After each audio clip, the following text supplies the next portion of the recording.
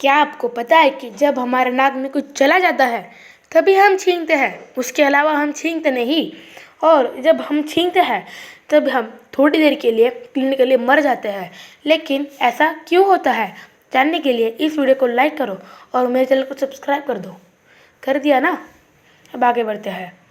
जब हम छींकते हैं तब हम क्लिनिकली मर जाते हैं, क्योंकि जब हम छींकते हैं तब हमारा हार्ट धड़कना बंद कर देता है और छींकते वक्त हमारे नाक से 100 माइल्स पर आवर की स्पीड से सामान बाहर निकलता है।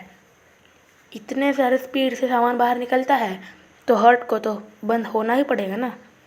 इसी बात पे सब्सक्राइब ज़रूर कर देना।